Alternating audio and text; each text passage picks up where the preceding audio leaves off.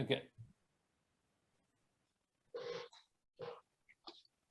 Now, Lee, when were you there? I was there from around June of 67 till sometime around November 67. So you were there when they opened up the camp in June? It had already been opened. Not very long, I don't think. Probably not. Let's see, I have an opening up here. Okay, that was around May of 67. Yeah. Terry Gordon was so the they- camp commander, and a fellow named Frick was the XO.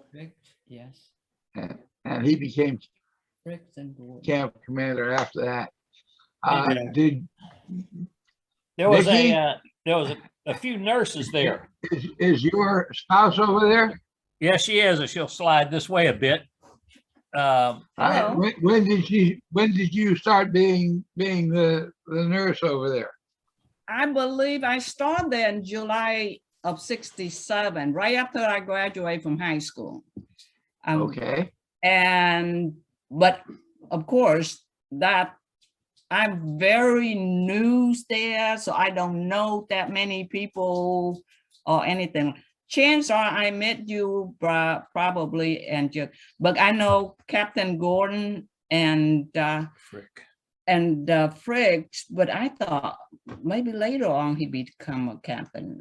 yeah, Frick became a captain and took I over. thought after so, but that's why I didn't know he's an XO if he's a captain, because I know Gordon is the CO then. Right, But I was there until they closed the camp. Then I went to the company in Canton, and I worked at CIDG hospital there until I left there and come over here, which is in 70. okay. Well, so you span the whole history of the camp practically. Yep. Actually, the camp, when the camp come, but the people that came to open the camp, they went to Miang, which is that little town where I came from. I was still in high school when they come in, and they stayed there, seemed like a few months. Why?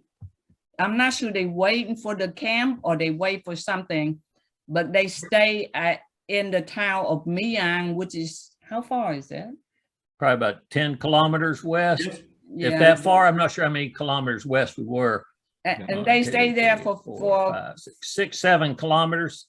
It's a long distance to water ski. Yes, it is. He did though. On a slalom. He did. And that's the now looking back, I can see what they say when you're young, you're stupid, you think They're you're not- never going to no. die. I wasn't stupid. I was invincible. Yep, because Oh, if you yeah.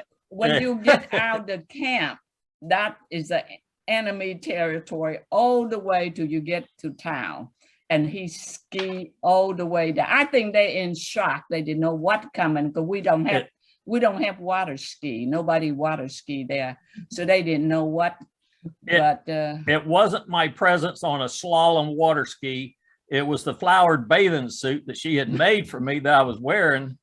When, one of the guys on the team, we'd always run to Mian to buy bread and certain groceries there since she was from the town. And he said, "You just don't have the nerve to ski that." And I said, "Well, sure I do. You drive the Oh, boat."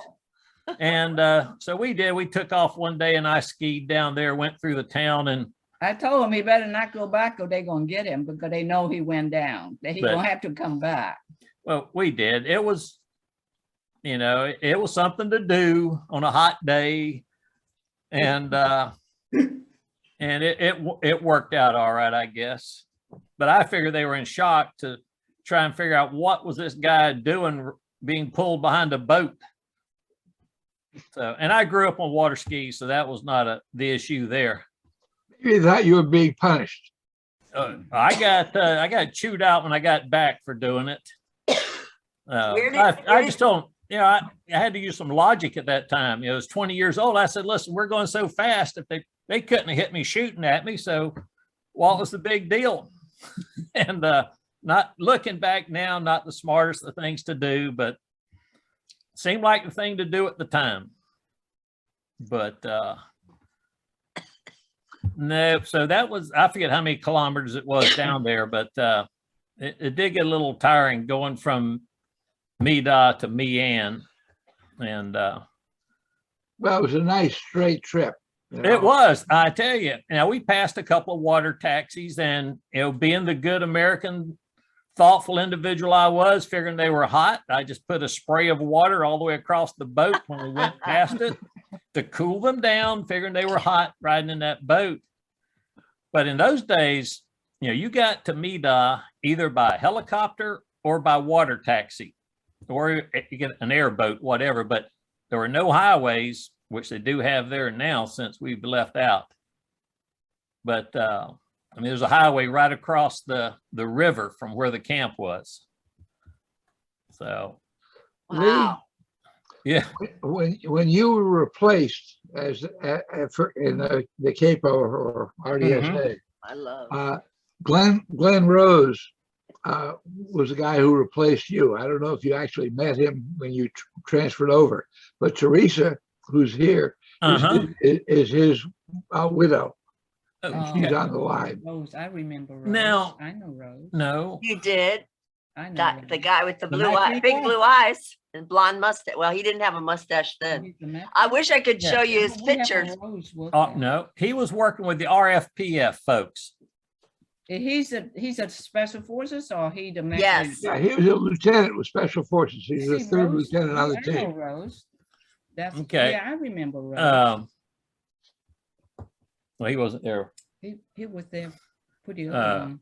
I wish I could show you pictures. According to Steve's records, I have all these pictures I went and pulled out and I couldn't get the camera. So if we all meet again, maybe I could show you all of it.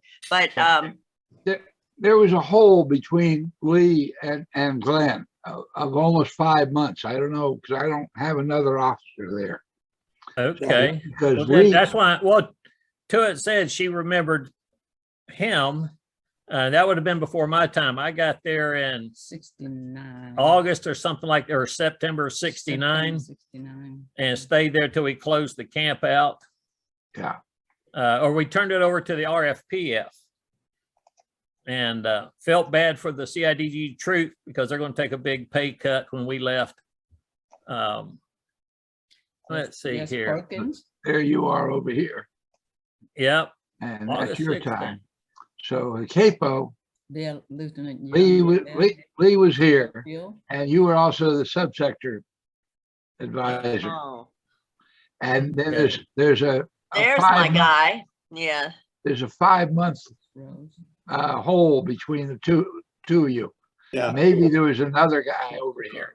68. But I don't know who it was. December 68. Rose, And and there's another- was the Capo always the subsector advisor, Lee? As far as I know, it was. See, I don't remember. There was his nobody name. there when I got there except for a sergeant, and I think his name was Wooten. Yeah, There's- Yeah, he's down here. I Yeah. just found out he passed away about 2015. yeah, he was there when I got there, and he didn't last long with me. I don't know. And then a guy named Hightower came in, Okay. replaced him. Yeah. and, radio man. Hightower was so good that they pulled him up to the B team, I think. Here's Hightower. He Chuck- was a radio operator, but Yeah. Okay. he should have been here. I sent him an email invitation. I talked to him. There's Sigmund, their children, What So- about, their Thompson, that's older Now, the now. ones I remember are this guy named Deschaines and Dutch Eintema. Terry Gordon, Eisenman was killed, got the Medal of Honor. I there. think it was the burial. Joe Roberto, have you got his name? What was the name? Joe Roberto? Roberto, yes, he married the other nurse on the camp. Yes. Beside me was Kim, and Chuck and Kim, they communicate quite a bit. Chuck Right. with Hightower, Joe passed away. yeah. Joe passed away, I think about 5-6 years ago. Maybe 10 years ago. Oh, maybe 10, but I don't. Well, he was about, I think Kim said he was like 62. We ran into her down in Orlando here a few years ago. She lives up in North Carolina and said that Joe passed away. He's about 62 years old up in New York. Oh, All right, look, I've got on the email I sent you, there are email addresses for Okay. the people who I had contact with. A couple of people were not there, they bounced. Frank Kennemer, I've talked to him many times, but now I can't find him anymore. Radio. I think he's probably gone, but I don't have any verification of it. Sam Thompson is interesting, if any of you knew him. Sam Thompson, a radio operator. That's before Mickey time. He wasn't there. And then Sam he, Thompson was a staff sergeant in Vietnam. He Mhm. retired as a brigadier general. Did he? really, I know he become an officer. He was a colonel. When I last heard about him, I didn't know he went that high up. Wow, great. Yeah, he did. I thought it was pretty good. who was that? Sam Thompson. Sam Thompson. Thompson, over really? here. He's a radio operator. He was there early on, the very early group of people that come in to open the camp. I believe he's just one No. of them. No, he's here at 68. 68, March 68. 68. Now, Okay. Frenchie, what about Frenchie, Who's our radio Frenchie? operator? And he's down there. He was back right here on the bottom list of the radio operators there. Thoreau. Thoreau. Yeah, there he is. Yeah, he's deceased, but he closed the camp out. Yeah, Well- well, let me tell you, he did a chow run for us, and for Teresa, we had what's called rations not available. So we had to buy food from either the government or the local economy. We got like $75 a month for the rations, I believe. But Frenchie went down to Canto to do a chow run for us. And he came back, he said, I've got a pallet of steaks coming. Get out. Oh, yes, yes. Well, that pallet of steaks was tube steaks that some people call hot dogs. Oh, Well, I tell you, we ate hot dogs 3 times a day. I mean, oh, that's funny. every possible way you could imagine. We had a Vietnamese cook there that it'd be in green pea soup or whatever he could put it in for us to eat. So never forget Frenchie. Oh my gosh. Do you know what were they like? You know how we have them here in the States? It's like we have pork hot dogs, beef hot dogs. God only knows what was in those tube steaks, right? That's right. I tell you, Those are official U.S. government hot dogs. Though. that's exactly right. So there had to be beef because of all BS, I'm sure. Okay. But I don't know what they had in them. But like I say, it was government issued hot dogs. Our government, not their Yes. government. Oh, no, our okay. government. Yeah, Our I see government. the name. Well, rumor has it, my mom always used to go to the commissary because Glenn, of course, was Army, but I was raised Air Force. And they said that they would have the best foods at the commissary because they wanted our military people to be fed well. And so we always seem to have the greatest groceries. I do recall that. Of course, that was here in the States, but made No. sense to me. Now, the government tend to spend a lot of money on buying things. It may have been Yes. the lowest bidder, but it was the best item you could get. Yep. Every once in a while, Congress would stick his nose into the act, and Uh-huh. PX would end up selling. What was that beer that was so awful? I think it began with an F. Schlitz. All of it, Malt I liquor. tell you. I don't drink beer. Schlitz, malt liquor. I don't know. It began with an F. I forgot what the name of it was. It probably Yeah. never lasted that long. But they used to, the pallets of that used to go around from camp to camp. Yep. People would try to get rid of it. They Keep it could. moving. Keep it moving. It wasn't, was it Black Label? Falstaff was the beer. Falstaff? Oh, Falstaff. Yeah. Well, whoever went in town would buy beer by the pallet. They'd buy a pallet load of Coke. And of course, being one of the camps out there, you're the last ones to get anything off the ship. I'll bet. So whatever the bad beer was, that's what they bought. Aw, that Oh. stinks. I called Glenn's brother up, who's only a year younger than him. And he was in special forces, but he stayed in the Army till he retired after 20, and he retired a sergeant major. But I told him, oh, I get to be on this call. I'm so excited. I said, I wish Glenn were here. He'd be just over the moon excited to remember all this. And so I was just telling him about it. So he was telling me some little stories, how, because when they were younger, they really looked almost identical, except Wayne weighs a little more, right? And Glenn was a long, skinny guy. Of course, all of us were skinny then, weren't we? Anyway, yes. Wayne says when he got to Vietnam, he'd been there about 3 days, and he said to all his friends, come on now, let's go have a beer. I need a beer. So he said they went to, I don't know what part of Vietnam they were in, but they went to a bar called the Alamo. And he walked in, and this girl kept calling him Dai Wee, Dai Wee. He said, no, I'm not Dai Wee. He kept pointing to his, thing. I'm not a Dai Wee, I'm not a captain. So that was in 69, Steve, because Stephen tells me Glenn didn't get his captain things till 69, I guess. I don't know, but Glenn had just left and Wayne arrived. But anyway, he said, I've never met you before, lady. And she kept saying, yes, no, so she pulled out her wallet and had a picture of his brother Glenn and her smiling up, He said, no, that's my brother. Ah, So I thought that was a fun story from the past, What was Wayne his middle name? No, Wayne is his brother. Wayne Thomas Rose. Wayne T. Rose. Wayne T. Rose, and Glenn is Glenn F. Rose. He's a year young. I don't have a Wayne T. Rose in my Yeah, database. he's not. I don't think. I thought your group was just special. 80 was the airborne or special forces. That's all. Special Forces. Yeah. Yeah, and he wasn't. He Okay. didn't do any of that, but Glenn did.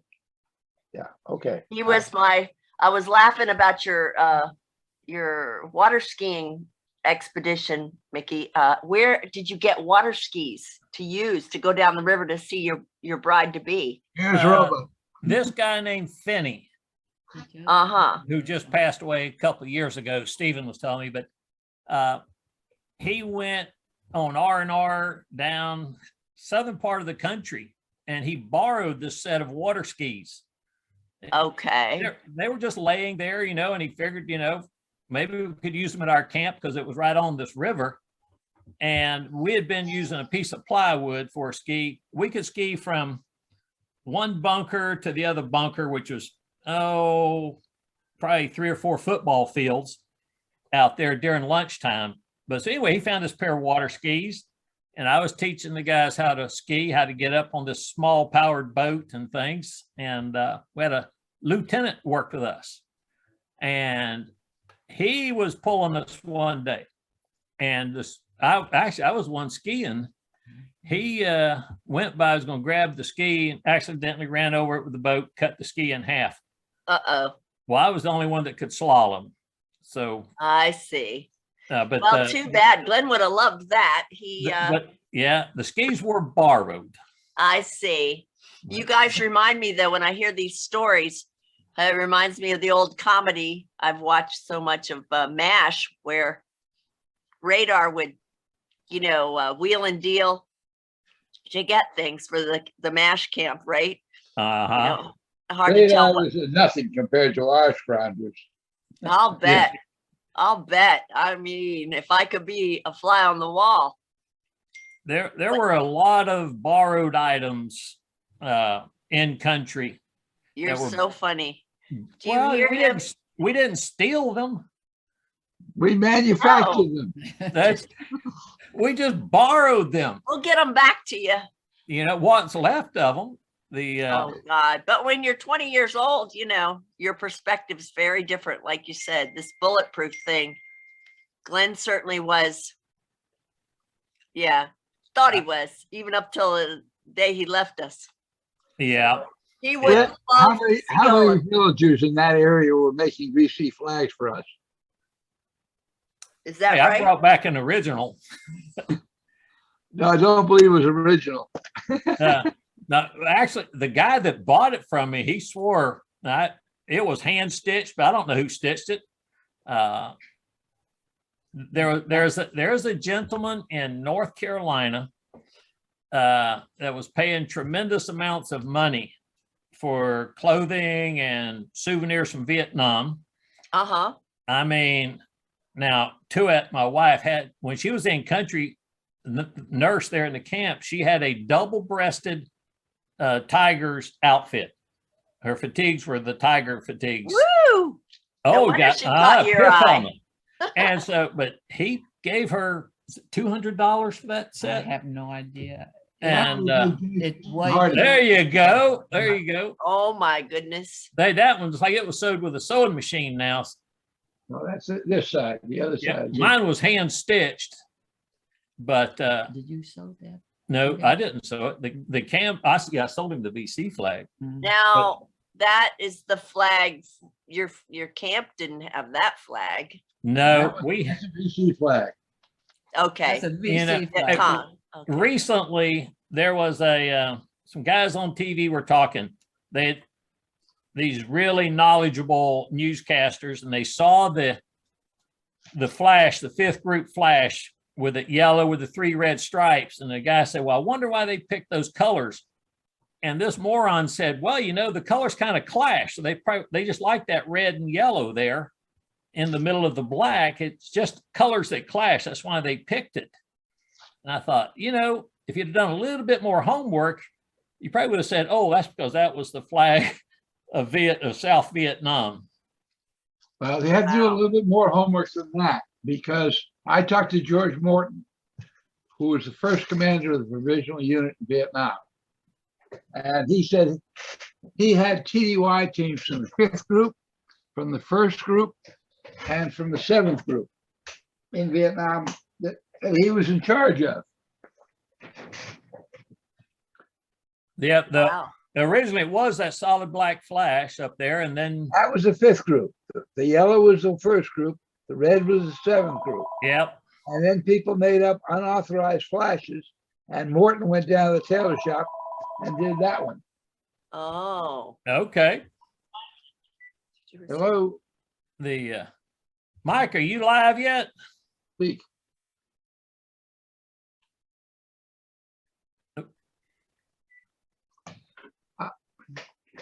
I'm not sure if we're hearing. I can see Mike There, Shad. there. I don't- Got Yeah, me? I You saw got you, me now? Mom. You got me now?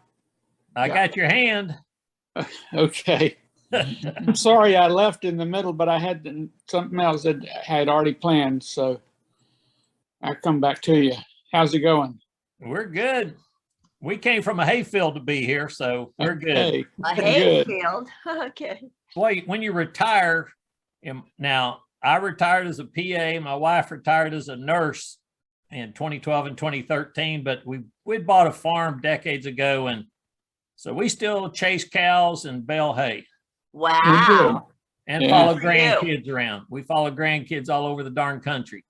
Yeah, They play football, volleyball, Tennis. tennis, cheerleading, Yes. but yeah.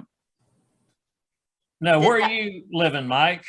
I'm in Jacksonville, Florida. You're are. close. We're not too far. We from live you. at Brooker, over between Stark and Gainesville. Oh, yeah, okay. Okay, not far Well, from do you. you remember seeing the television ads for Bozard Ford? Yes, That was me. Ah, I'll be doggone. You know what I saw? Well, when I saw the Mike Shad, I that's said, right. Right. That's Now- the car dealership. That's Mike okay. Shad, Yeah, car dealership. yeah. Well, I don't have old timers yet because I recognized your face. Yeah. I said, but I couldn't put the name to it or the place. Yeah, All Yeah. right, So he had food. Bozart Ford. He's a- Yep. yeah. I sold the one that had my name on it to AutoNation Uh Right. huh. 10 or 15 years ago. All And right. then took the previous owner's children who were just getting out of high school. And I ran the dealership for 15 or 20 years until they got old enough to be able to run it themselves. And it's worked out very well. Yeah. Wow. Okay. Yep. Now they got to do is start getting some trucks in stock. Isn't that something? I tell you, We would normally have 200 or 300 trucks in stock, but I bet we don't have 10 right now. Yeah. Wow. yep. Yeah, yeah.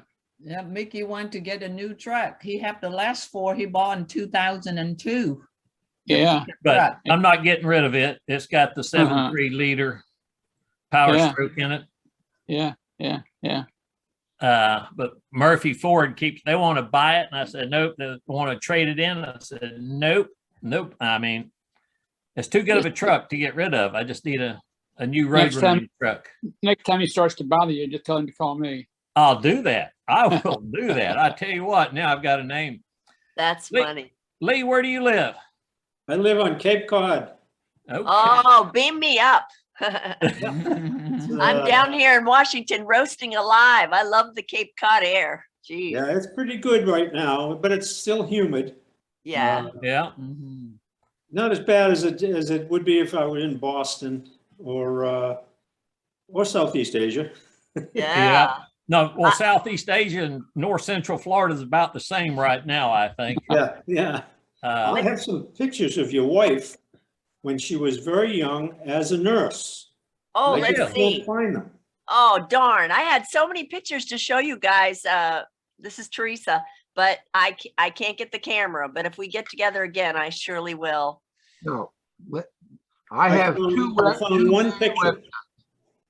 I have 2 main websites, Special Forces Photos and Special Forces Books. Okay. Okay. Special Forces Books is where all this team material is on. All the videos will be there. Okay. Special Forces Photos, you go up there, you sign in with your whole name. I have a bunch of bots that come in there. I throw bots away 3, 4 every day. So I have to see your name and know that you were in Special Forces because I know your name. So you go up there and you put your whole name in there. I approve you. In a couple of days, you see you're approved. You then can put your pictures, scan your pictures and post them. I have albums for every team in Vietnam. Oh And my if you need a goodness. specialized album, you can have, you tell me, call me, and I'll give you your own album or whatever you want. Wow. Or if you have several teams, you can put them in different folders. Wow. But that you can also write your captions on the pictures on that website. And where are these books kept? It's specialforcesphotos.com. Okay, so there's no land address. Right. Hold on here. Okay. Sonny, I have to call you back. I've got something going on. Mike, while he's on the phone, were you at MEDA? Was I? No, Yeah. no. Okay. I was at Baswai and Keelang. When were you at Boswai? From Thanksgiving of '68 to about May of '69. Wow. Okay. That's a long time. That's not Yeah. 4. I can't remember the numbers of that. Not 404, was it? The bus way is 421. 421? 21 or 31. See, that's where the VC 421. used You're to right, you're right. check 421. their aiming sights on their mortars, wasn't it? You'd think it would be. I mean, from what I heard being over in Father Inland, they said the guys crossed the border when they needed to check out their mortars or their whatever they were firing there, they would just hit Boswai with it. They didn't Yeah. have to cross the border to do that. Huh? They didn't have to cross the border to do it. It was Well, close. Right. You went into, No. you went into Cambodia, Laos or one? No, well, we went up to Cambodia, walked around for a while. That's when I was up at B41. But That's very close to. the All Boston right, one, back so to we're Special not far Forces from- photos. You can put your pictures up there, Okay. and then the next guy can come by because he's already been approved by me. Uh-huh. And he can write underneath your caption. He can say, "I'm the third guy from the left." Okay. Mhm. Captions I've are got it. all important on pictures because you're the guy who is the only one who really knows what. Well, about I got a picture when Rick Parton, who's on the highway today, he actually drove from Macon, Georgia today down to Ocala, Florida to pick up a pet bird. And so he's not making this thing today, but he and I got promoted on the same day, and Martha Ray just happened to be in the camp. So she got to pin our chevrons on. Oh, my That's goodness. when you So- promote E5 or E6? No, 5, Then how long after that you got E6? 60, 90 days. But so she was there. Uh-oh, what we got? That's Martha Ray. Okay. Oh, Wait a minute. Okay. now, Who I- he's with? That's She Martha with- Ray. Yeah, but Maggie who's with she with? That's this Martha this Ray young with guy up Pete. here, Lee. She came to our camp. Number one, we had no toilet paper. oh no. No, we were down to magazines, and A lady in camp and no toilet paper. No. yeah, so she sent the chopper back to Canto, and they came back with a couple of cases of toilet paper for us. But Parton and I made a big mistake because they said she was coming, and those that knew Maggie knew that she liked to drink vodka. There was not a drop of vodka in our camp.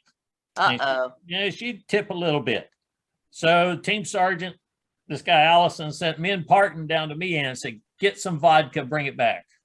So we rushed down to Meehan on the boat, salt boat. We go in there and there's all these clear liquids. They're in Oh Russian. no. So we figured, well, if it's Russian, it's vodka. Well, I think it was either antifreeze or brake fluid, because we came back to camp and, she said, you got some vodka. And so team sergeant said, yeah, Bath and Parton went and got you some. And of course, she poured it in a glass. She took a swallow and she spit it all over the floor. And she said, you guys are going to drink this, the entire bottle. And I said, well, I don't drink. She said, you're going to drink this. Well, let me tell you that it was either, I don't know, it could have been some rubbing alcohol in there too, or kerosene. Yeah.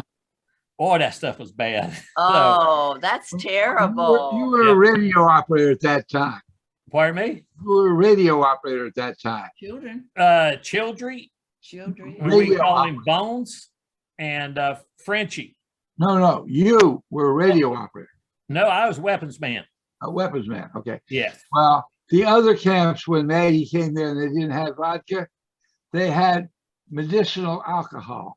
Yep. They If- cut a if- little bit, and it worked pretty well with Maggie.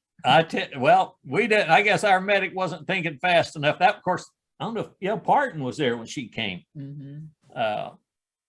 But of course, that alcohol I think was isopropyl, and you don't want to drink that stuff. If you've got some methanol alcohol, you could mix it with a little bit of something and take care of it, I guess. But That one apparently did whatever it was they had did work, because they were talking about it, and I'm still waiting for the pictures of Maggie getting on a helicopter with a jug in her arm. I tell well, I could, boy, she drank that stuff. Whew, she'd be hardcore. Mickey the medic. No, they cut it, but it was drinkable. It was not, Yeah. not the wood, not what is it, wood alcohol? It was Yeah. red. Yeah, you've got methanol and isopropyl alcohol. Two of them are medical alcohols. One is safe to drink somewhat, because some of the guys that went to either Saudi or Egypt where there was no alcohol allowed, they must have had a lot of injuries that required rubbing alcohol, but they just made sure that it was not isopropyl alcohol, so that they could take care of the guy's aches and pains Yeah. and cut it with some Coca-Cola or something. Holy cow, that sounds crazy. That's hardcore SF guys there. That's it. Yes. That's, Gee. that's too long in a dry country. And again, you got to make do. You don't steal anything. You just borrow it. Yeah. Yeah, that's right. This a very short history, really being from 1967 to 1970. Yeah. There's other camps which had a much longer history, but for some reason, there were a lot of articles about it in the Green Beret magazines. Don't know how many of you remember the monthly magazines that we had, but I Got put them at the house. I put together a full set of all 52 magazines. Wow. That's what I was showing you. The back, I showed you the back cover. Yep. Cover is the individual magazine by year. And You know, I have a friend who is he's a professor at Jacksonville University, and he wrote a book about I think an I-Corps, the two-core. He two-core. wrote about Play Me. Yeah, play me. That's right. And I gave him all of my magazines. Yeah. That's a terrific book, by the way. I have to, What's the title of it, Steve? I'm looking at my shelf trying to find it here. Trying to remember his name. Peter something. I don't remember. Say again? Peter, was that? No. Maybe not. What's the name of the book, Mike? Do you remember? I can't remember. Okay. It is Death in the like Highlands. food. Death in the Highlands. Death in the Highlands. That's right. Gibson. I thought it was Yeah. Gibson. I wonder, did he, Keith Saliba. Pete Saliba. Great book. Death of the But anyway, Highlands. he's got all my magazines in case he wants to write another book. Yeah. Hold it up again. How do you spell his last name? Saliba. Silva. Thank you. Death of the Highlands. Yes. Yes, Yep. Okay. Well, there's the Highlands in Scotland. Is this the Highlands in Vietnam? Yeah. Yep. No, yeah.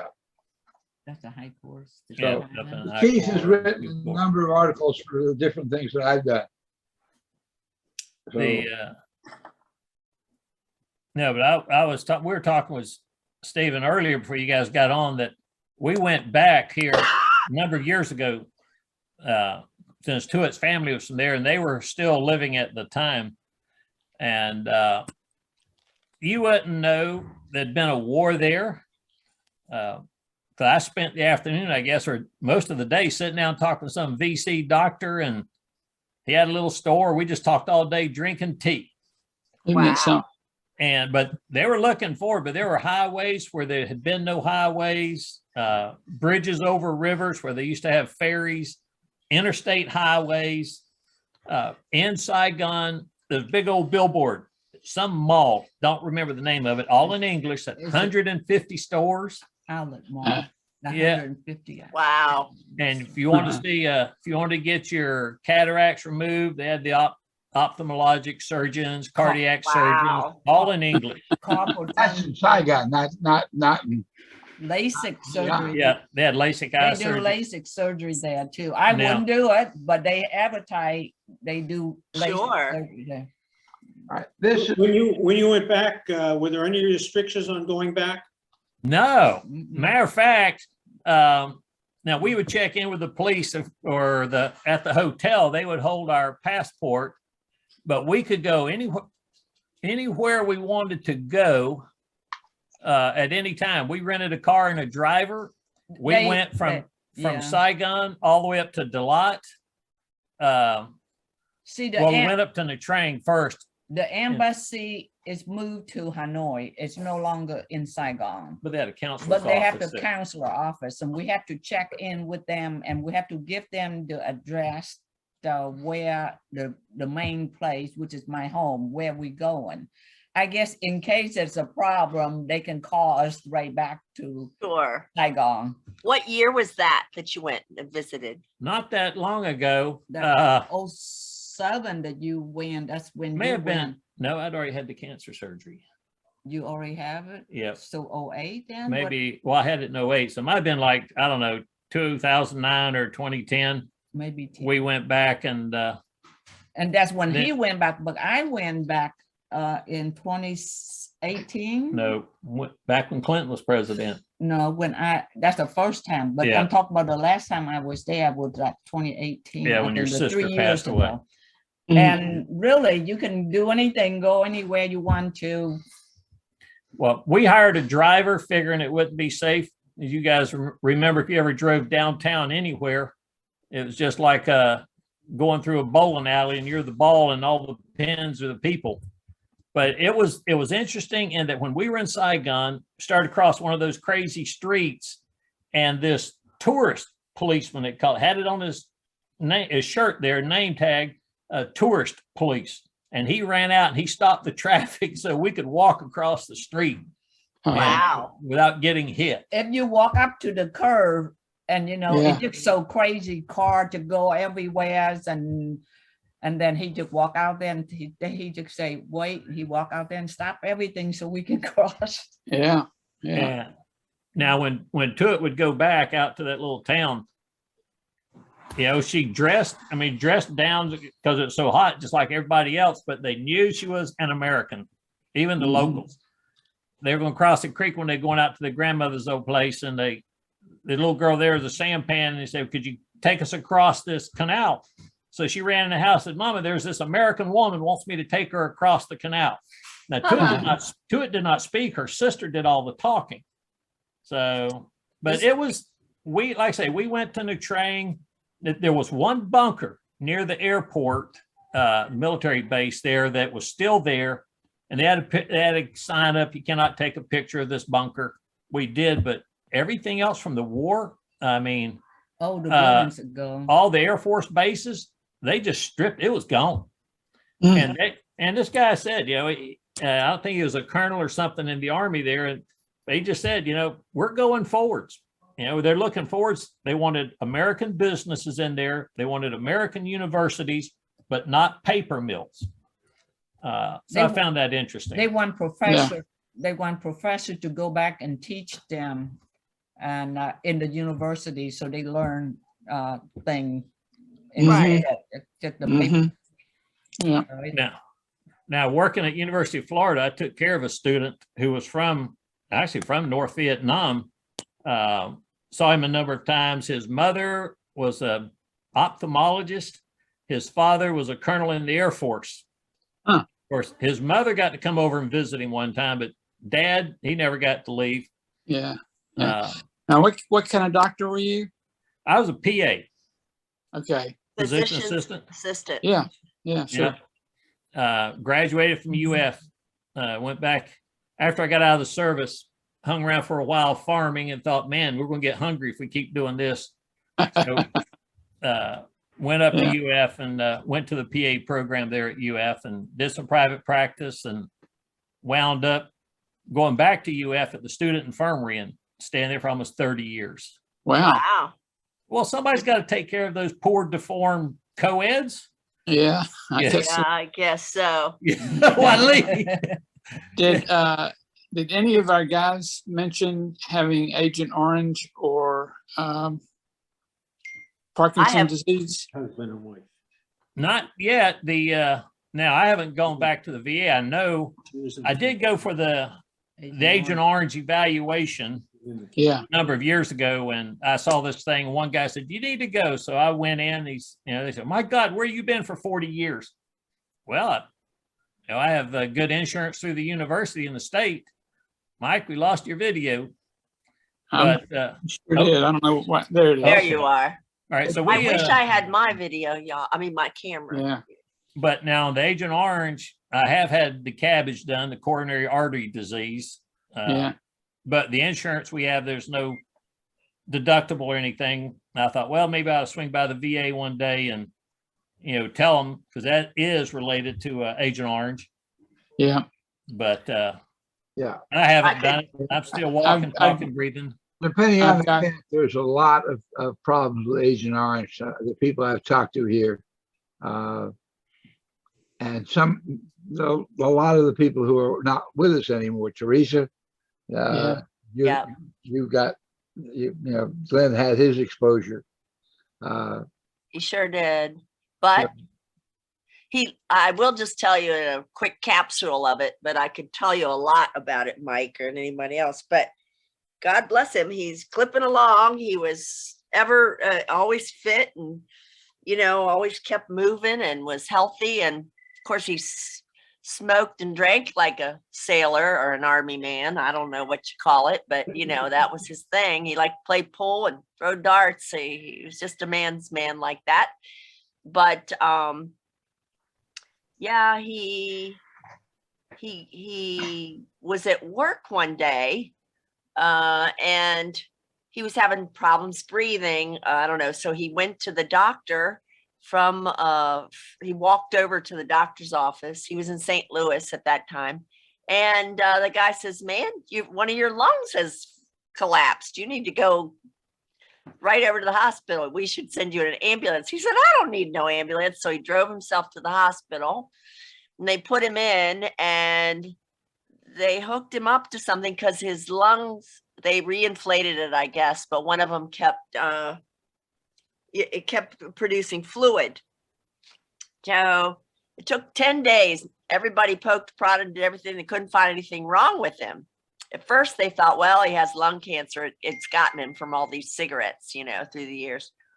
Couldn't find anything. And then, long story short, a young doctor, when they was examining him, I guess for the nth time, discovered one of his lymph nodes in his upper thigh region was enlarged. And so they tested that. So it turned out he had what they call, oh God, how could I not? I know this name in my sleep. Help me out to it. What's it called?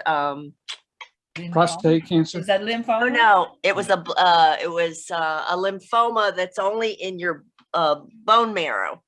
Oh, what's Multiple wrong? myeloma. Osteosarcoma. No, what's wrong with me? I'm just drawing a blank, probably because I haven't gone down that road to remember it in a long time. But anyway, it'll come to me. And anyway, it was a form of lymphoma. It's in your bone marrow. And they basically said to him, you are in stage 4 of this. Go home, One set your things straight. This was 20 years ago, but he just died. Go home, set your affairs in order. You've maybe got 6 weeks, but we can start you on chemo. So I was here in Washington and I said to him, no, that's not happening. I'm coming and getting you and I'm going to bring you back here to Washington because we were living apart and I had great insurance and I got all his stuff, all his records, everything. And I found him like the top-notch cancer guy here, went to Harvard and everything. He was actually a Philippine man. Anyway, we got him going and they had just approved, this was during Bill Clinton's administration. So thank goodness he had signed that bill where you could have, if you had a pre-existing condition, as long as you were insured. So I switched him from his insurance to mine. We weren't at the veterans yet. And anyway, he gave him this just approved cocktail, as they called it, from the FDA, the Food and Drug Administration, and he took it for a month. And I tell you guys, he came all the way back from the dead. God bless him. Follicular lymphoma. That's what it is. Follicular lymphoma. So I always laugh. I say, I swear to you, Glenn Rose, you were born with a horseshoe up your ass. So he came all the way back. And if he'd lived clean living, he might still be around. Who knows? But it was quite a ride. And he was in complete remission for a long, long time. And then but he kept smoking a lot and everything. And of course it was Agent Orange. Even if you get over it, it's still breaking down other parts of your organs. So, Yeah. Well, I have I've been a 100% disabled veteran for 25 years. bless your heart. Yeah. So it's right now my big nemesis is Parkinson's disease. Yes, that goes hand in hand usually. Yeah. Well, we wrote, let me tell you, I had him on my private insurance and his brother said to me, hey, I've been researching this follicular lymphoma and there's only 2 ways you can get it, hereditarily or exposure to this pesticide, Agent Orange. So we got a form and wrote to Veterans or the Department of the Army, whatever, right here in Washington. And the minute they saw his dates of service, they rolled over.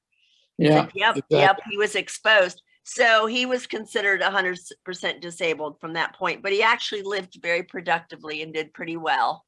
But Good. he isn't with us at this time. Yeah. He had a heart attack in 2020. Mhm. Mm. Yeah, it's now we had a neighbor who was with is a door gunner on a chopper, Uh-huh. and he got really sick for years, and we ran into him, and he's just really sick, and I got to talk with this guy, and he had open heart surgery, and he was on oxygen 24/7, and I said, hey, dude, you need to go to the VA. He said, no, I'm not going over there. I said, look, Agent Orange with the heart disease, all your other prostate cancer and all. So he went, got 100% disability, and he lived less than 6 months. God bless. I mean, he could have gone probably 10 years before and Well- gotten covered. Well, let me tell you though, guys, I was pretty pissed. I remember Glenn was happy, you know, that because he had just gotten his lease back on life. He'd been in chemo. And then from the time we filed the paper, he was given disability reimbursement, which was for about a year, but we could prove that it had been diagnosed a few years before or whatever. So I was very unhappy with the government. I kept telling them it was blood money. I was mad that they didn't just tell all of you men that were exposed. Why did we have to wait? Did they want everyone to just fall off the wagon? They say the motto was deny until they die. Well, shame on them. And we're one of Yeah. the lucky ones because he got a lot more time on his life and, you know, but still terrible payback Yeah. for all the wonderful Yeah. things y'all did for us. Yeah. Well, the When- young when- guys when- now, The government pays us for disabilities that we have, as opposed to finding the cures for the disabilities that we have. yeah, They're only encouraging what's there. Yeah. yeah, and these young PTSD, guys coming back from the Middle East, holy cow, they can say, well, I was in a Humvee and there was an IED and I got knocked out. Well, they've got a traumatic brain injury and they get disability right off the bat, just on their history of having done. We had a guy that worked with us. There's two elements to the VA. There's compensation and there's medical care. Yep. Right. Medical care varies from facility to facility. In Houston, our facility is called the DeBakey VA Medical Center. Right. They have the best cardio people in the world here. Uh, They're also pretty good at endocrine, but you know, the urology people, forget them. yep. Yeah. So it's I it think even, varies from place to place, but No. more than half of the money the VA spends goes to compensation, yeah, and Yeah. a lot of it, particularly PTSD. There are people. Oh my That's gosh. a real problem for people, but the Uh-huh. answer is not paying people off. The answer is teaching them resilience. That's right, Steve. A friend who was a nurse in Vietnam, and then she gave a talk at one of the conferences I was at, and she said, I was working in my hospital and we had a meeting in the hospital. What are we gonna do with all these Vietnam veterans? And I got so angry, I wanted to take my M16 and spray the room. Oh dear. That's what she said. yeah, But she went on to say that if the treatment that they used for the veterans for PTSD were applied universally, they would have gone to that building in Oklahoma City or wherever it was blown up, and Mhm. got to the nursery school there and said to all those kids, you have been exposed to PTSD. We're going to warehouse you for the rest of your life and give you money to buy all the drugs you want. yeah, Well, yeah. PTSD is one thing. The other thing is every male is going to get prostate cancer sometime in his life. Now, yeah, it may be expedited by the presence of Agent Orange, but I had a session where Jack Spay, who was the head of the ranch hand operation in his early years, gave a talk, and he said that his people are subject to a very intensive study by the government, all the Agent Orange ranch hand people. And they found that while there's a lot of problems they have, they are not disproportionate to the same age and gender population in the United States. Right. Right. Then you have other countries claiming that they're hurt by Agent Orange, like Vietnam in particular.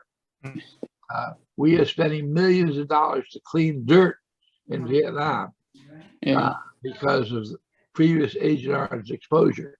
Well, I had a call from a company in Canada that was working in Vietnam, and they said the highest concentration of Agent Orange we have found anywhere is in the middle of the A Shau Special Forces camp. And we've been told to ask you about it. I said, I don't know, I'll check. So I went and contacted a bunch of people. They said, if you read the book Westmoreland wrote, A Soldier Reports, you'll see he went one day to A Shau and somebody tried to take a shot at him across a field that was all grass. He said, why don't you mow the lawn? They said, that's a minefield out there. We're not going there. He said, well, I got something for you. And he shipped them in many barrels of Agent Orange and spraying equipment. Well, the team never got around to doing anything with it. They sat in this one spot in the camp that everybody knew about. The camp was attacked, and immediately those barrels were sieves, bullet holes all through them. And that, when I sent it back to them, they confirmed that was the exact spot that was the highest level of Agent Orange in the whole of Vietnam. I don't think that just because we brought the barrels in there, it's our fault. It's their fault for attacking those barrels. Yeah, that's right.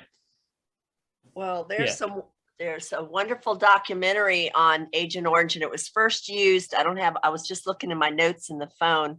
My memory's not working today, but it was actually out in Oregon, I think, in the farming region. And that's when they began to see and report there were big problems with this particular. We were actually using it on our own people on our own farms and the women were reporting having miscarriages and, all kinds of things. And so they knew about it. It's a wonderful documentary, very clear cut, just says, here are the facts, and it shows it to you. And it was put on through PBS here. I don't know what in your states, but that's WETA, the educational channels. And if you just researched the word Agent Orange, you'd probably see it. But it's about an hour or 2 hours, and it gives you an enormous education on that There's actual still drug. politics involved. PTSD was a diagnosis that went into the psychiatric hospital because of the politics. They figured the war was bad, so the veterans had to have suffered. Therefore, we're going to reclassify the concept of shell shock or battle trauma from previous wars as a mental disorder. And the people I know in Army psychology sections nowadays are working at it. This is a matter of teaching people resilience. It's not a matter of psychologically being overwhelmed. And I have friends who seriously were affected by PTSD, but they lived their lives because they were resilient people. The most notable being a guy that you all know, who was John Caviani, the Medal of Honor recipient, who spent several years in Hanoi, as well as what he did at Hickory Hill. And I had a conference where he participated in there, and I offered the opportunity for everybody to go up and just talk. And if you knew John Caviani, here's a guy who really had his shit together. He got to talk, and he chose to talk about his exposure to PTSD and his efforts as he went through the ranks to command sergeant major to help his troops. It didn't hurt them. Yeah. So I think your point about resiliency is 100% on. I was working with a guy by the name of Jonathan Shea, who worked for the VA in the Boston's VA office. He was one of the premier psychiatrists who came up with a theory of the difference between combat PTSD and PTSD in general from somebody who was robbed or beaten up or anything like that. He came to the group and he said, I will work with you guys and with the VA until it becomes impossible for me to do my job. And that's exactly what happened. The bean counters at the VA made it impossible for him to do his job. So he left. He went and started working for the Marine Corps and the Canadian military, the Canadian military. And that's where he is today. He's just a brilliant guy who helped. I want to say there was about 18 or 20 in this group from Vietnam. Wow. And he dealt a lot of I won't say experimental medication, but some medications. And it was up to us to decide if we wanted to take it, if we needed it. And he monitored every single pill. He was just a brilliant guy. Well, Yeah. Steve, how He much? made the distinction between, like I said earlier, combat PTSD and PTSD from somebody having an automobile accident or caught in a fire or being beaten up. Yeah. Well, one thing I learned about some of you soldiers from my Glenn is that he was talking to a Marine friend, actually the guy that introduced us a long, long time ago. And after you've had the things that you guys have gone through, you make a lot of humor about it, but it's like skating on the razor's edge all the time. So regular life is kind of very vanilla after that. You know, at least it was to Glenn. I mean, he would go along, but you know, things didn't, I don't know, regular life seemed not the same as being with all his soldier mates, you know, his band of brothers. It was, and he wasn't, if he was depressed, he never showed it. But like I was telling Stephen, I said, you know, I was a young bride, I'd come into the bedroom, he's taking a nap, he would come up off his bed, you know, in a strike pose, like with his fist drawn, you know, just out of the dark, just naturally. And this was a long time after he'd left Vietnam. So yeah, I think different parts stay with you, but he coped, he was good. But I think there are things that only all of you could know and tell each other. I wish he was here for sure. How are you doing now, Mike? Shad? How are you I'm doing pretty well. I do have Parkinson's, which is giving me kind of a trouble. Sure. But Do you have some help? Yes, I got 24-hour help because my wife has some issues. So we share the nurse. Well, that's all right. Yeah. Well, good. I'm glad you're getting some help. It's nice to meet you. Mike, you were about to say something there. Who, me? Yeah. No, I was going to ask you what else remains for your project. Well, I've got the rest of 4 Corps going to lower numbers, 420s, B-42, B-41, B-40. And that will finish up almost a year's worth of getting together on the Zoom meetings. But right now I have an incredible database of current email addresses.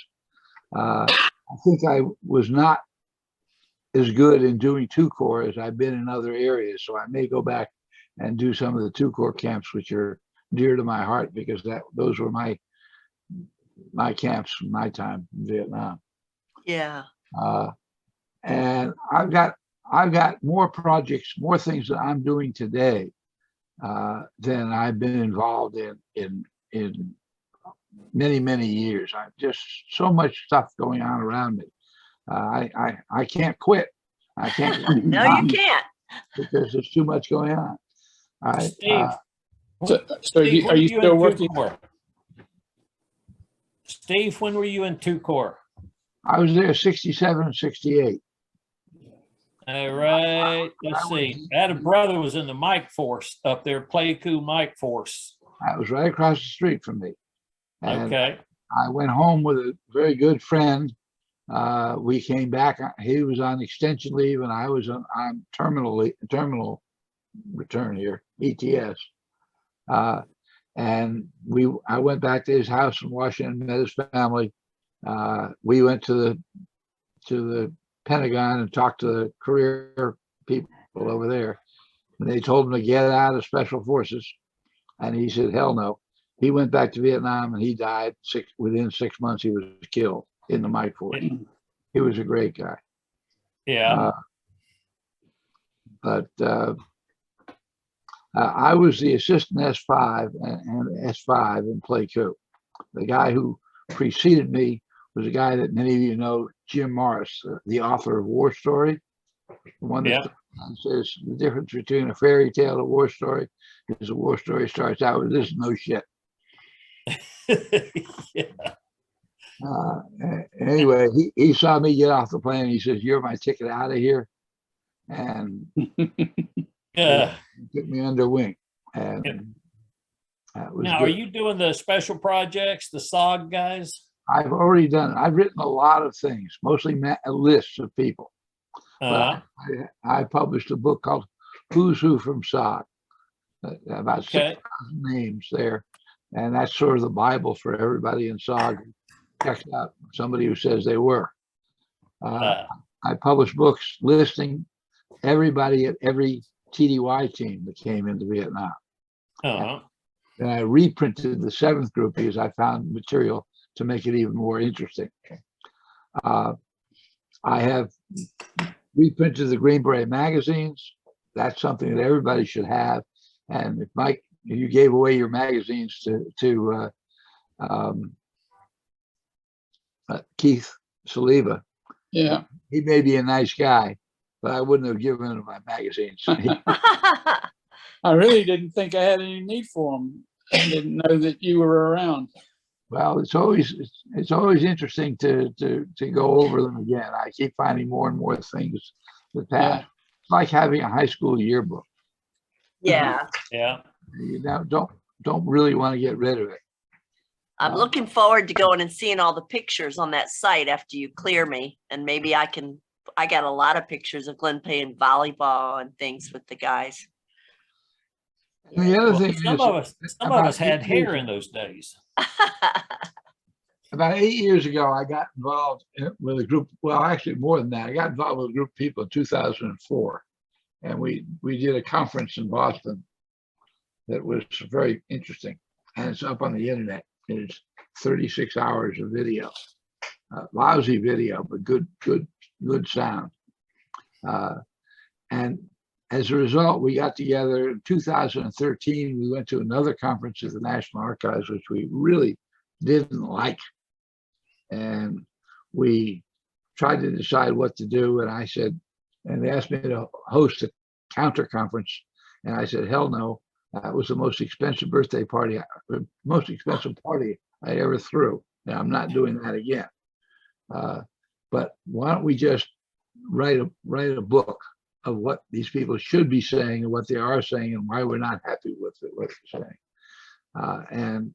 And so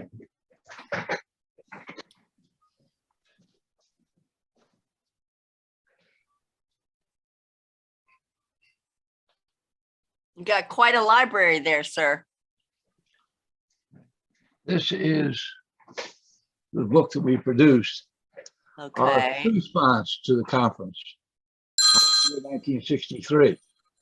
And we said why we didn't like the speakers, what the speakers were going to say, and why we said it. And we brought this book to the conference and gave it out there. It became known as the Little Yellow Book, you know, as opposed to Mao's Little Red Book, but this is the Little Yellow Book. And it's went from there. For the last 8 years, we've been putting together a series of books. So we have 14 books in the series. And it's like 12 articles in each book about topics that people should know about better. It's not a history of the year, but it covers pretty much everything important for each year and for broader periods of time. So that's all done as a 14-book series. And then having finished that and having spent 8 years not really posting things on my computer, that's why I said I better go back and do this one more time. But since COVID-19 was here, I'll add on the Zoom meeting at the end of each camp, because that's a good way of recording the history. This Excellent. is, sometimes we have a really good attendance. This is not as good attendance as it could have been. It really could have been a lot better, unfortunately. Yeah, but I'm. Yeah, there was a couple of guys I thought was going to be on here that I know Parton wasn't, but Childry and there was some other guys that Tuitt knew. That's why she said, "Oh, let me see if these guys are going to be on there." Well, I talked to Sam Thompson and his wife, and I was sure that they were going to be here. But Well, if they've been anywhere around Virginia or Maryland, we had quite some storms blow through. Everybody's been out of their electric's been out, which is very unusual in the Washington metropolitan area. But I wasn't out of power, but many, many people have been for several days. well, So that might have affected their communications ability. All the internet providers and stuff are scrambling. people are all over the country, so it's not limited to that. I see.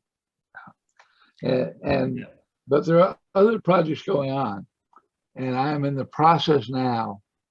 I have finished the 9 volumes of the SOG Command histories. I didn't write anything. I just basically transcribed them.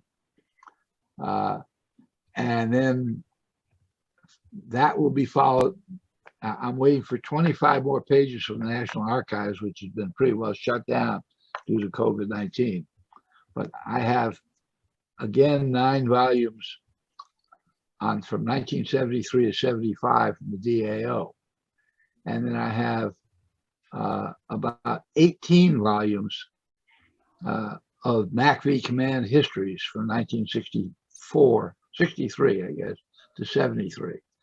And that trilogy is the most important reference collection on the Vietnam War, and add to the FRUS, which I did a long time ago, the Foreign Relations, the State Department history.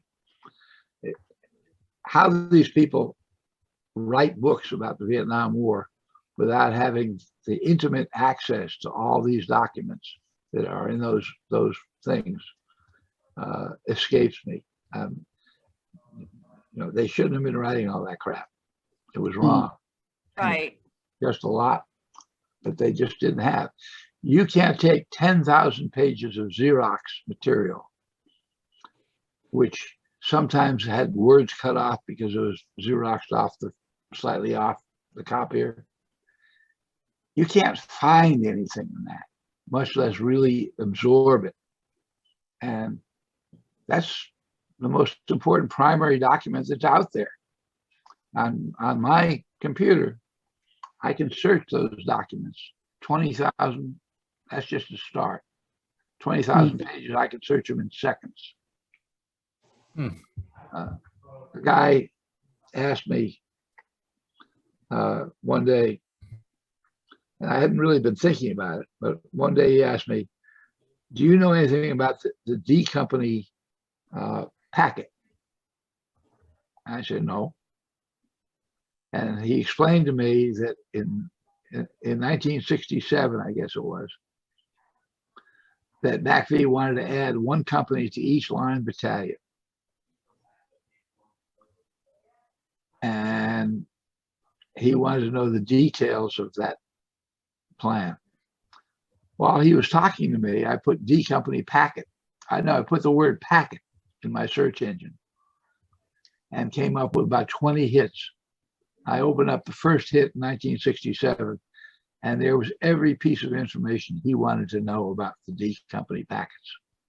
And while he's talking to me, I didn't have to go reach up to the library. I didn't have to do anything.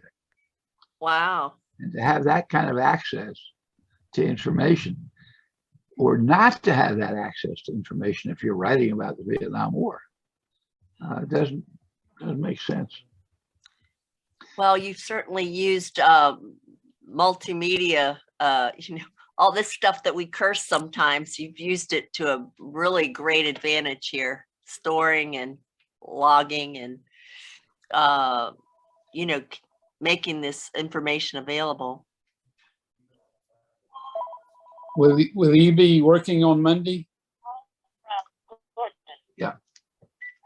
Gordon, I'll get back to you. Well, I'd be working on Monday. I'm here at my desk virtually on Monday I won't be working because I got VA appointments all day on Monday. Goodness. That's When are you gonna do 8421? okay. Probably next Wednesday and Thursday, I may or may not be able to do B42 because I'm running out of access to my computer search program, and I can only look up like 30 more names until the 25th of the month. So I may do B21, B22, 421, 422, 423. I may do them next week, Wednesday and Thursday. I'm going to try to start it out on Wednesday with B42, but that may not work. I'm pretty well clear on the A teams, so it's probably going to happen that way.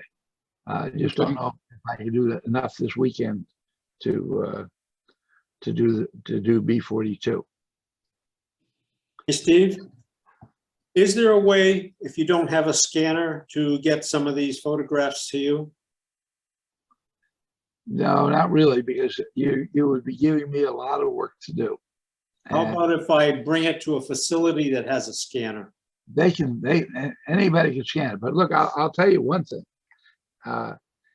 Particularly for slides, which are very difficult to scan. Okay, Texas Tech has an enormous repository for Vietnam information, and they will, particularly if you mention my name, so they'll do it without that. They will scan your slides for free and send you back a CD-ROM or a thumb drive with all your pictures in image files, whatever you ask for, JPEG or TIFF or whatever, and they'll send it back to you. As long as you let them keep your slides.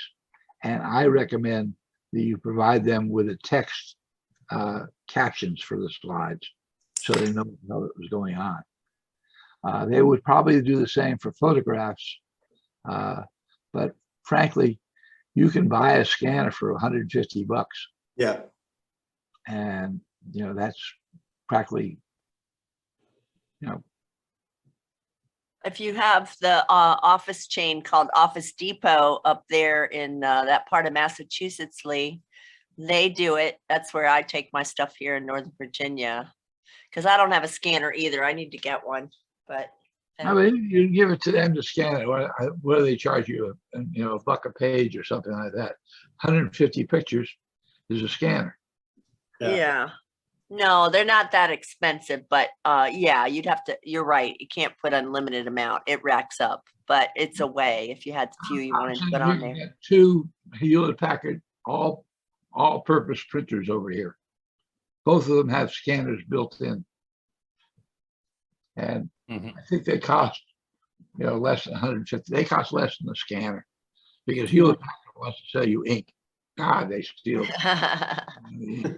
Yeah, and you can order them online through Costco or go to a Costco too. That's what I've been thinking of doing. Yeah. But the all-in-one Hewlett-Packard printer, copier, scanner is Yeah. pretty good buy. probably better than a standalone scanner. Yeah.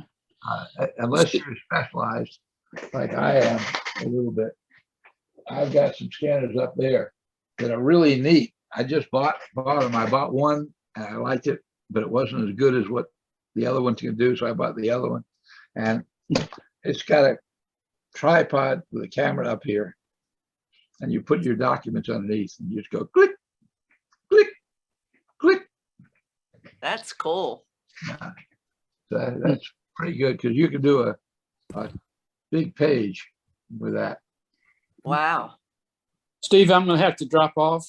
Myself, I'm got to go back to work, believe it or not. But go ahead, Mike, what were you going to say? I was just gonna say I'll see you early Next next week. week, maybe. Yeah, Right. great. Thanks. Good to meet you folks. And you, All right. Mike, Godspeed. Take care. Yeah. Thank you. Thank you. All right, Mike. Take care. Yeah, I work at home, guys, and I'm so disappointed I couldn't show you any of my pictures. I wrote down all these books and things that you've recommended, Stephen, and you've given me so much time and insight to my beloved Glenn, because a lot of this stuff he didn't share with me, but after his death, his brother sent me everything. I got pictures, and he made him a beautiful flag box, and he ordered, a lot of his medals had been lost. He ordered all his medals and mounted them in this handmade box. I wanted to show that to you guys. It's so beautiful. And Glenn would love to talk to you guys. And I just feel like he's here today. So thanks for including me, Lee and Mickey and Tuit and Steve, for all you've done. I'm hoping to talk to you again soon, Steve, okay? You got my email. The other people have everybody's email. Yeah, well, you guys can know mine too. I'm Aqua Rose, I was so proud of myself. I have to tell you, I got that name because I decided to take scuba diving, and Glenn thought I was kind of a little slip of a girl who couldn't do anything. I was so proud of myself because I decided I was going to learn to scuba dive. And it was hard, but I learned, and he was standing at the side of the stone quarry when I came up after I got my certification, and he had a big party for me. So I came home and I thought I'd be Scuba Rose or Scuba Girl, but it turned out there were a bunch of them. So I had to be Aqua Rose. So that's my email. Feel free to use it. So lovely to see you guys, and you Tuit. Tuit's the only one that seems to really remember him, but that's okay. I'm going to find some pictures and we'll find out if I can find her in some of those. If we had some more people here, he would not have gone unnoticed at all, because there were probably 30 emails sent out to people at this camp. And Yeah. with only 3 people, actually 2 people from the camp. Well, I'm sorry they weren't more respectful in their RSVPs to you, but yeah, he wouldn't have cared if he just loved the camaraderie, I'm so sorry he didn't get to talk to you guys when he was with us. Well, as far as being on the Zoom, if we'd have been over at our house, which is next door to our daughters here, we wouldn't have been able to get on. Our computer has been slowing down, and they said, "Oh, you're not going to get on."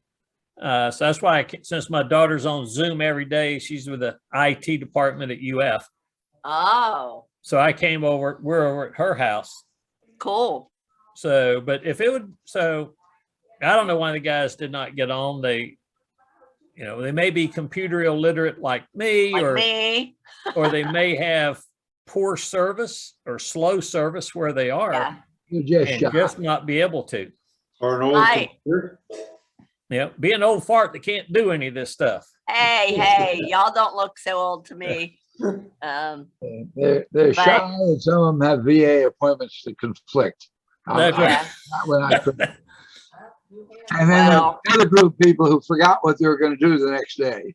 Yeah, but it's when you forget what you did today. That's the problem. Oh, Lord.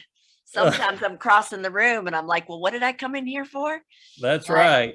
Hey, we've all got to count what we've got, not what we don't have. So thanks again, guys, for letting me listen in and be part of it. I hope to see you all again sometime. Next time I'll have my face up here, There okay? you go. And right. darn, you don't even have to put makeup on. That'll be all right. We didn't put any makeup on. I did though, you guys. I put a little bit of makeup and We I didn't. made my hair and I put on a dress that Glenn liked, okay? But that's okay. I gotta Alright. go. I gotta go out and run an errand after I get off work, so it's okay. Okay. Good to see all of you. Take care of yourself and God bless. Nice meeting you. Thank you, sirs. Okay. Teresa. Bye-bye. Goodbye. One other thing that I didn't mention, I pass these on to other people in the earlier meetings, and the response is very slow. I have collected the monthly operational summaries from fifth group from 1962 to 1970. I'm missing 12 months, but I've gone around to all the archives to find them. And I'm doing pretty well to get 9 out of 10 years, basically. Yeah. And I've scanned them all into the computer and scanned the image files and the text files. And I've had volunteers who promised to do 3 months at a time. So I've most of them I've farmed out to people, only one of whom has turned in 1 report so far. So that's a little disappointing. But people don't know about these MOPSUMs. There's a lot of you who were involved in preparing the MOPSUMs at the camp. At a camp, the level of detail was very, very high. And by the time it went up to group and was filtered into the group MOPSUM, a lot of stuff was dropped. But the big thing is there was usually a paragraph on each camp for each month on the major things that happened. Some generic information about what happened in the core area and some statistical information, which is quite valuable. One of my major concerns in doing what I do is that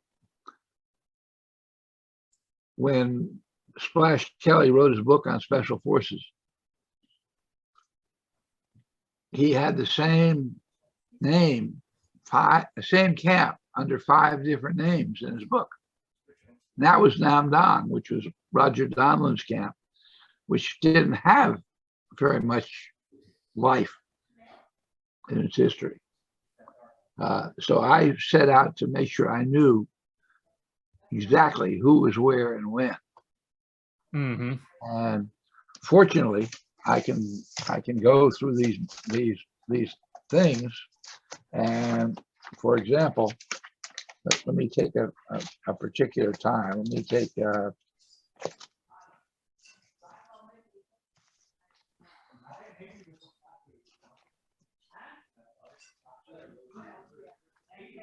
how about we'll say 567. Okay. Now that clarifies what happened this morning. Ruben Garcia is at 403 as a CO. But now at 433, it's Captain Hoying at May 67. And what this tells me,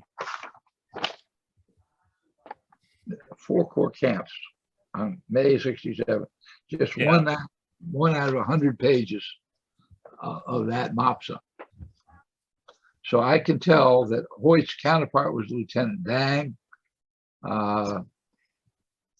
And then on the other page, it tells me that the camp was called Mian, gives me coordinates. It says that the camp was opened in March of 67.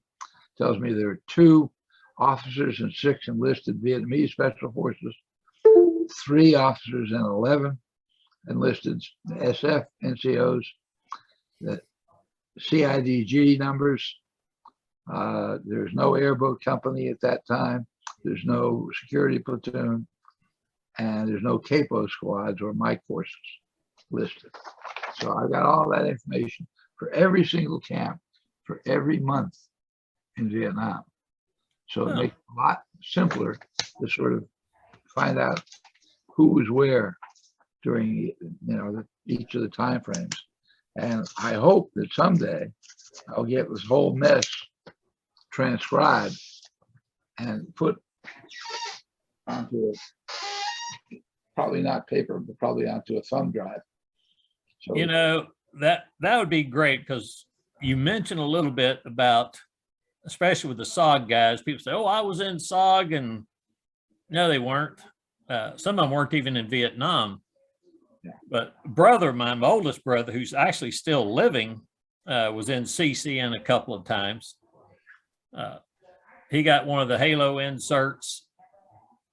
was your brother, Yes. JD? Yep. Yep. Yeah, he's my oldest brother. When was he in SOG? Oh, golly. When was he in CCN? Early and then late. I was in high school the first time. Stephen probably pull it up real quick. Because I don't remember the dates when he was there. I'm just trying to think. He was there until May of '66. Okay. He Idaho. came home. Yes, he had to come home. We had three brothers in country at that time. One was a Navy CB up at Chu Lai. One was the brother in the Mike Force, Ron Bath. He was a lieutenant, I think, at the time. And then JD. Well, we had a brother gotten out of the Marine Corps, married, and got killed in a motorcycle accident. And so they, obviously, as they do for funerals, they got a hold of them and flew them home at that time. He ran recon Yep. on all kinds of teams, including one Halo team in '71. Yep. Yes, Uh, I came home in '70, and Ron was over there, but he was not in SF at the time. Middle brother, he was, oh gosh, in a CAV unit. He said when he got back from being up in 2 Corps and Pleiku Mike Force, he said he decided that he'd rather fly over the mountains than walk up and down them up there. Ron is Ronald R. Yes. And he was in the 2 Corps Mike Force '67, '68. Yep. Probably 26 company. Yeah, I forget. I don't know which company it was in. Gosh, team sergeant was Peck, I think. And one of the guys, Rich Ryan, was on his team. And That's when I was there in Pleiku. okay. And he was just, I probably left Pleiku just before he went home. I went to Nha Trang for 3 months, and but he probably would have known Marty Green. Yeah. Well, he passed away. His heart just finally stopped working. Of course, and we look at, my father, died at 72, grandfather's at 72. And I'm the oldest living male in my father's side of the family. yeah. So, and that for all of its history. So, Now, our great grandfather, our grandfather died at 72, but our great grandfather lived to be 83 or 85, was in the Civil War, got wounded twice, and got captured. He was a POW for a while till they traded him back. But I thought, my God, during that time period, you get wounded twice and you're still walking and talking. Wow. But I mean, with the surgery they had in those days, Yeah. So he lived longer than everybody else. yeah, he has. So I said, okay, well, now my oldest brother, JD, who was in SOG, he's now 88. So he has surpassed our great grandfather. And he just had an LMI here, around Christmas time, I think it was. So they put some stents in him. But you go to the doctors, they're going to lie to you. they lied to me and wound up doing a 5-vessel heart bypass. And the 2 days before that, I was transplanting big old flower bushes with 3-foot root balls on them and no pain, but I'd already had a scheduled cath on the appointment.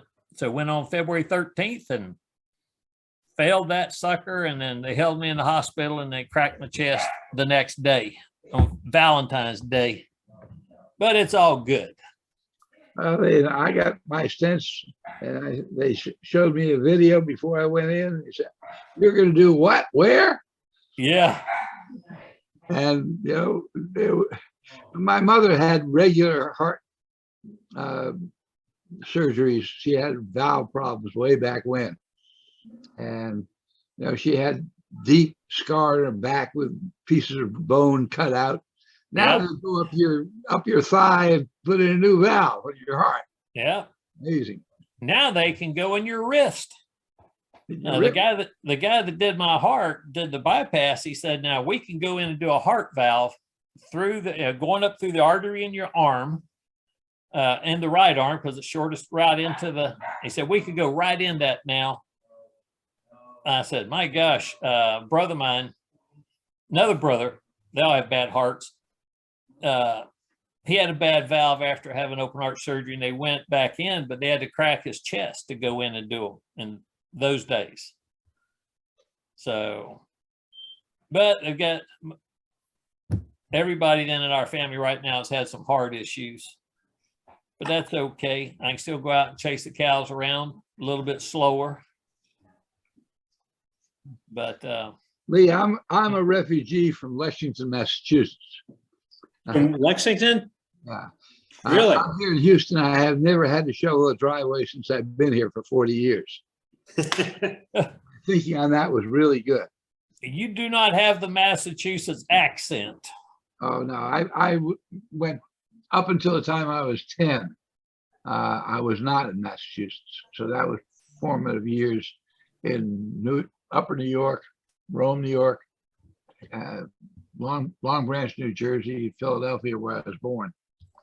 But yes, I did pick up an accent.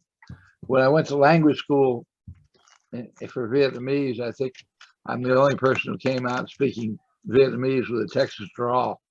I'll bet. That's what, Moved to Texas. Well, the story I used to tell is that they sent me down to My An village because I look Vietnamese with my blonde hair. My wife says if I speak Vietnamese to her, it hurts her ears. Yeah. So that's pretty well my history. I was the second guy in my class at El Paso, whatever that was, Fort Bliss. And the other guy was outranked me by far. And so that's why he was the first guy. Uh-huh.